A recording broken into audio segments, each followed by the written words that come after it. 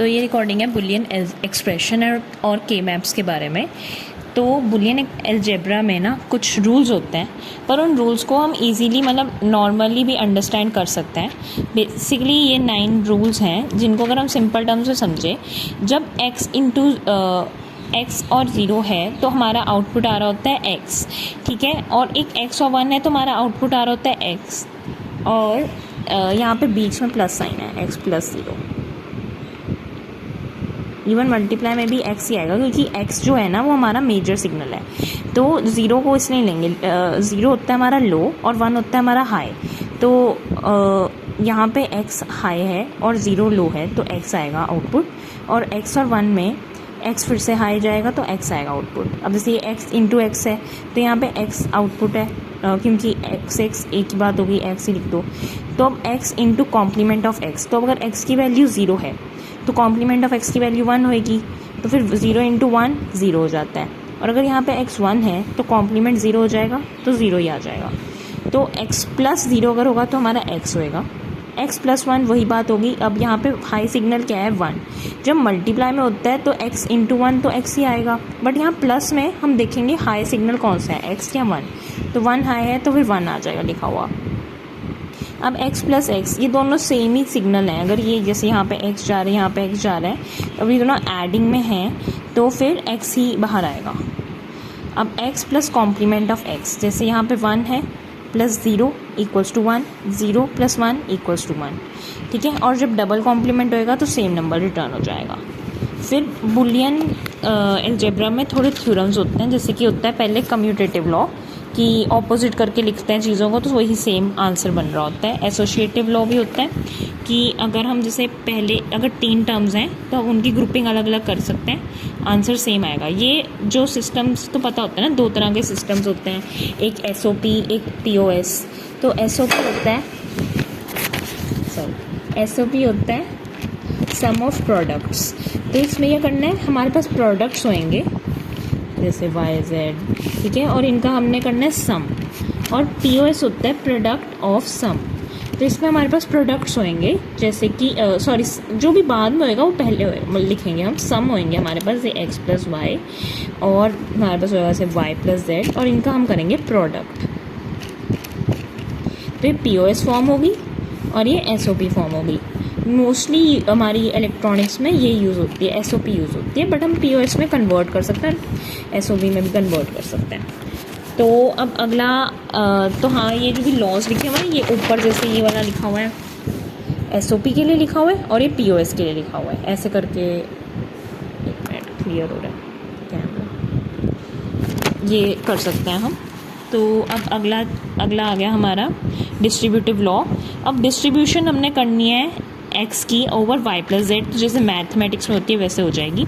अब ये हमारी POS में लिखी हुई है, तो अब हमने इसे अंदर डालना है, तो x इसके साथ में मल्टीप्लाई होगा, z के साथ में मल्टीप्लाई होगा और सब ऐड में चला जाएगा। फिर मैथ्स ही एक तरह से सिंपल।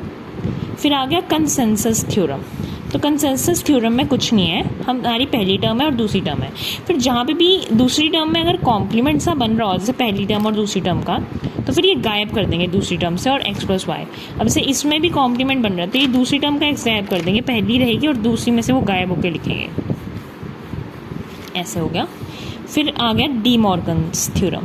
तो डी मॉर्गन थ्योरम के लिए हमारे पास x प्लस वाई के ऊपर अगर पूरा x प्लस वाई का कॉम्प्लीमेंट है तो वो x complement into y complement बन जाएगा, और x वाई अगर मल्टीप्लिकेशन में और उसका कॉम्प्लीमेंट है तो बीच में प्लस साइन आ जाएगा कॉम्प्लीमेंट होकर, ठीक है। फिर इतना हो गया हमारा। तो अब हम इसे के मैप में समझेंगे। तो उसके बाद ऐसे सारे लॉजिक गेट्स आते हैं। लॉजिक गेट्स आई थिंक तुम्हें क्लियर है। लॉजिक गेट्स में तुम देख लेना कि जो अगर हम नैंड और नॉर में सारे गेट्स को कैसे इम्प्लीमेंट करते हैं वो देख लेना एक बारी, और इनकी IC के नंबर याद कर लेते हैं। आई गेस लैब वाले सर कह रहे थे इंपॉर्टेंट होते हैं, मुझे नहीं पता पेपर में आ सकते हैं नहीं, बट लैब वाले सर ने बोला था तो देख लेंगे। फिर अब आ गया के मैप, बुलियन अलजेब्रा एंड के मैप। तो अब हमारे पास है कि हाँ, मैंने अभी पी तुम्हें SOP पता समझा दिया क्या होता है। तो SOP को सम ऑफ प्रोडक्ट कहते हैं, इसे सम ऑफ मिन टर्म्स भी कहते हैं, और इसका सिंबल होता है ये समेशन साइन और छोटा m। और प्रोडक्ट ऑफ मैक्स टर्म्स यानी कि प्रोडक्ट ऑफ सम्स जिसे कहते हैं पॉस, और इसको होता है ये प्रोडक्ट का सिंबल इनटू कैपिटल M। तो अब इसके बाद है लिटरल। लिटरल क्या हो गया हमारा, एक भी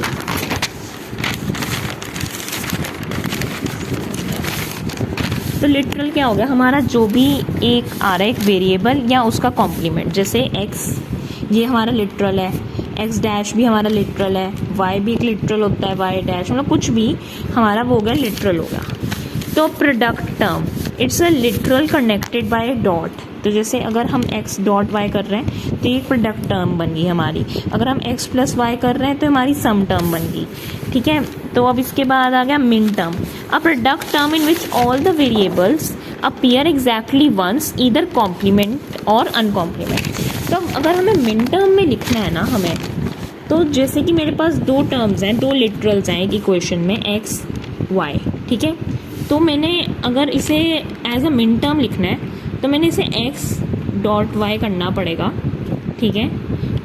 और अगर मेरे पास से z और w भी हैं तो फिर उन्हें भी मैंने इसके साथ मल्टीप्लाई करना पड़ेगा एक बार ही इक्वेशन बनेगा। इसको एक एग्जाम्पल से देखेंगे कि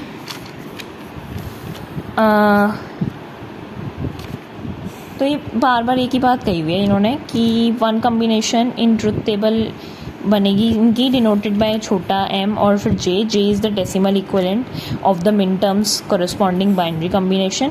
तो जितना भी, जैसे कि अगर मैं m1 कहूँगी तो m1 का मतलब हो गया हमारा 1 को अगर हम बाइनरी में लिखते हैं तो कैसे लिखते हैं 0 1, ठीक है। अगर 2 हैं, अगर 3 हैं तो 0 0 1। तो ये ऐसे करके कुछ यूज़ होएंगे ये सब बाद में, ठीक है। तो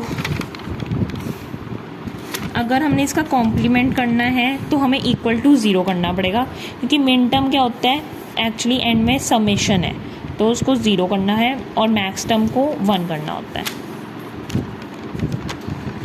अब आगे चलते हैं। तो हमारे पास ये आ गया एक तरह से इसे अंडरस्टैंड करने का एक ईजी तरीका है। तो जब भी हमें मिन टर्म्स का आंसर जो भी आएगा ना हमारा, तो मिन टर्म्स का हमारा आंसर इक्वल टू हमेशा होएगा 1। मिन टर्म का टोटल आंसर इक्वल टू होगा 1 और मैक्स टर्म का आंसर होता है 0।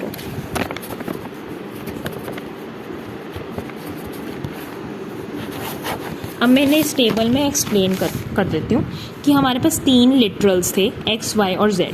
तो जब 3 लिटरल्स होते हैं तो उन्हें ट्रुथ टेबल में जल्दी से कैसे लिखते हैं, पहले हम लिखते हैं 4 0 4 1, फिर 2 0 2 1 2 0 2 1, ठीक है। फिर 0 1 0 1 0 1 0 1। तो अब इसका मिन टर्म बनता है, कैसे बनेगा इसका मिन टर्म।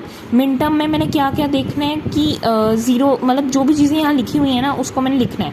अब ये x है, ये 0 है यहाँ पे, तो x डैश हो गया, y भी 0 है तो y डैश हो गया, z भी 0 है तो z डैश हो गया, तो इक्वल्स टू m नॉट हो गया, ठीक है। अब यहाँ x 0 y 0 तो मतलब x डैश y डैश, तो z 1 है तो सिर्फ z लिखेंगे हम, तो ये m2 हो गया हमारा, ठीक है। और इसमें 0 1 0, ठीक है। तो यहाँ पे x dash y z dash, ठीक है, x dash y z dash, ऐसे करके हम सारी चीज़ें लिख लेंगे। हमारे पास 7 आ जाएंगी मिन टर्म्स, ठीक है।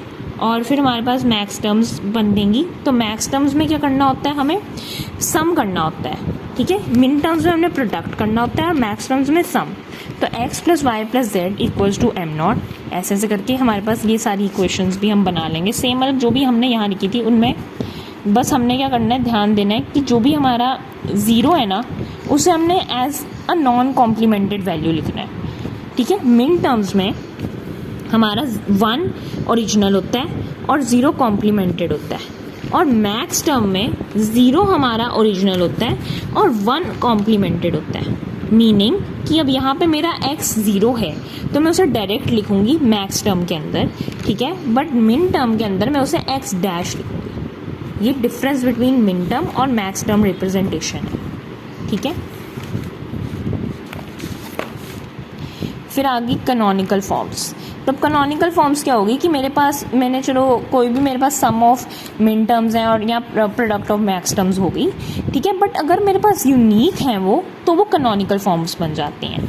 तो कैनोनिकल एसओपी बनाने के लिए कोई भी मैंने मतलब क्या करना है कि जैसे कि मेरे पास ये है एक क्वेश्चन है मेरे पास, तो अब ये कैनोनिकल फॉर्म क्यों है, क्योंकि यहाँ पे ए बी सी तीनों की वैल्यू M1 में भी है, तीनों की वैल्यू M2 में भी है, M4 में भी है, M6 में भी है। बट अगर यहाँ पे जैसे मेरा बी मिसिंग होता है तो ये स्टैंडर्ड फॉर्म बन जाती है, कैनोनिकल नहीं रहती।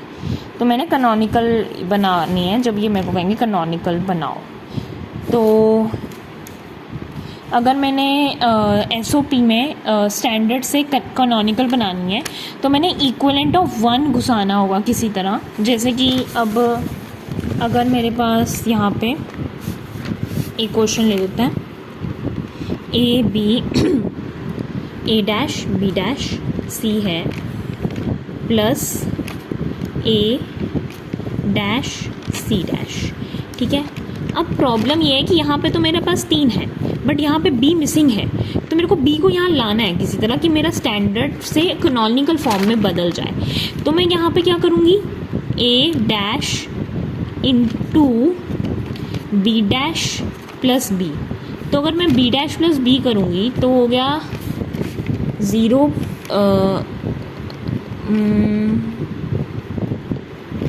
तो बी अगर यहाँ पे 0 है और ये 1 है, 0 + 1 कितना हो गया 1, और अगर बी यहाँ पे 1 है तो ये 0 होएगा, तो 0 + 1 1, ठीक है। तो मेरा अल्टीमेटली क्या है, ये बी डैश प्लस बी, ये 1 है तो ये गायब हो सकता है, ठीक है। अगर मैं वापस भी इस पे आ सकती हूँ, तो एक तरह से ऐसा मैथ्स में नहीं करते कि जब हमें जैसे कहना होता है फ्रैक्शंस को इक्वल करना होता है, ठीक है, तो फिर ये =1 हो जा सकता है। जैसे मैथ्स में हमें फ्रैक्शंस जब हम कहते हैं ना इक्वल करने के लिए, जैसे कि हमारे को दिया होता है 1/2, ठीक है, अभी इसको इक्वल करो 6/12 से इक्वल करो, तो हम इनटू मल्टीप्लाई कर देते हैं कि यार थोड़ा मल्टीप्लाई करके हम इसको इक्वल कर सकते हैं इसके। जैसे मैं इसको मल्टीप्लाई कर दूँगी 1/6 या जो भी, मतलब समझ गए ना, मैथ्स करनी है इसमें, तो मल्टीप्लाई करके फिर इन द एंड वो कट ही रहा होता है एक दूसरे से।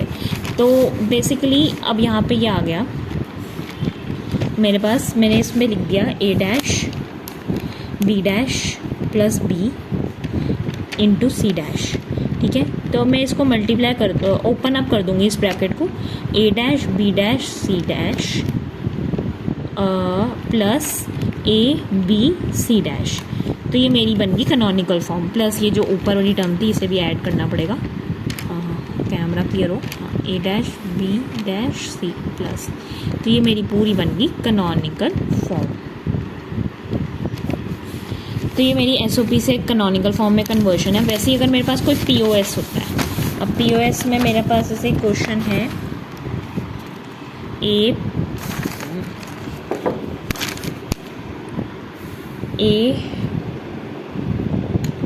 Plus B plus C into A dash plus B कर दिया जैसे सिर्फ। अब इसमें सी मिसिंग है, मेरे को कैनोनिकल बनाना है, मेरे को सी किसी तरह लेकर आना है। तो अगर मैं इस टर्म के अंदर मैं ऐड कर दूं सी डैश और सी, तो यहाँ पे 1 हुआ, अगर सी 1 हुआ तो ये 0 हुआ, तो अल्टीमेटली ये टर्म 0 है, तो इसमें ऐड कर दूंगी तो मेरे को फ़र्क नहीं पड़ेगा, बट मेरी कैनोनिकल बन जाएगी। कैसे बनेगी कैनोनिकल, ए प्लस बी प्लस सी तो ऑलरेडी कैनोनिकल है, बट अब उसमें मल्टीप्लिकेशन में आ गया A dash plus B plus C dash C, ठीक है। अब मैं इसको करूँगी, ओपन करूँगी यूजिंग डिस्ट्रीब्यूशन वगैरह, ठीक है। अब ये हो जाएगा A dash plus B dash plus C dash into A dash plus B, ये बी था ना यहाँ पे, बी प्लस सी, और ये ऊपर से ए प्लस बी प्लस सी तो आ ही जाएगा। बस बेसिकली जो हम ये बना रहे होते हैं, कभी कभार सेम टर्म आ जाते हैं, जैसे मे बी अगर यहाँ पे भी ए प्लस बी प्लस सी बन रहा होता तो फिर मैं एक ए प्लस बी प्लस सी को काट दूंगी। सेम बोस जो मैंने अभी एसओपी समझाया था उसमें भी यही रूल है। तो ये 2 रूल्स फॉलो करके हमारी कैनोनिकल से स्टैंडर्ड से कैनोनिकल में कन्वर्जन हो जाएगी। अब अगली वीडियो में मैं समझाऊंगी के मैप।